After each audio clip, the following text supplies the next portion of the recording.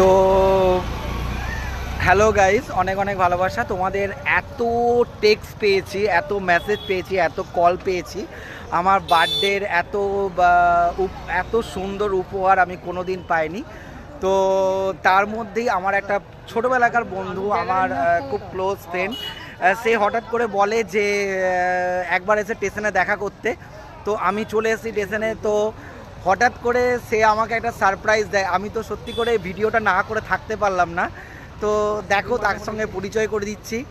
কে দেখো, এই যে অভিজিৎ হচ্ছে আমার ছোটোবেলাকার বন্ধু। তো চলে এসছে আমার বার্থডে উইশ করতে। তো আমরা তো একটু সেলিব্রেট করেই এলাম। আর একটা বন্ধু ছিল সোহাগ, তো তার সঙ্গে ভিডিও করা হয়নি। তো সেও আমাকে একটা সুন্দর উপহার দিয়েছে, সেটাও তোমাদেরকে আমি ছবিতে আমি অবশ্যই দেখাবো, ছবি পোস্ট করব। আর অভি আমার জন্যে একটা কি নিয়ে এসছে, একটুখানি দেখাতে বলবো অভিকে আমি। হ্যাঁ, দেখা না, বলতে হবে না, It is my friend's gift.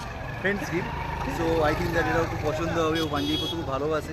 So that's why আমি এটাকে নিয়ে এসেছি আমার মতো করে, পছন্দ করে দেখা যাবে পছন্দ হয় কি না। Thank you so much. ভালোবেসে কোনো জিনিস দিলে সেটা পছন্দ হবে না, এটা হতে তো পারে না। তুমি ভালোবেসে নিয়ে এসছো, অবশ্যই পছন্দ হবে বলে এটা আমার ধারণা বা বিশ্বাস।